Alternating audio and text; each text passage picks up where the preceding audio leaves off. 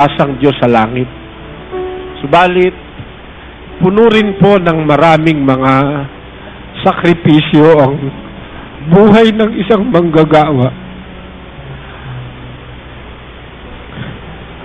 Kung minsan, napagkakamalian tayong masasama dahil may pagkakataong hindi tayo dapat magsalita para maingatan ang karangalan ng iba. Sometimes, we have to keep quiet and take the risk ourselves.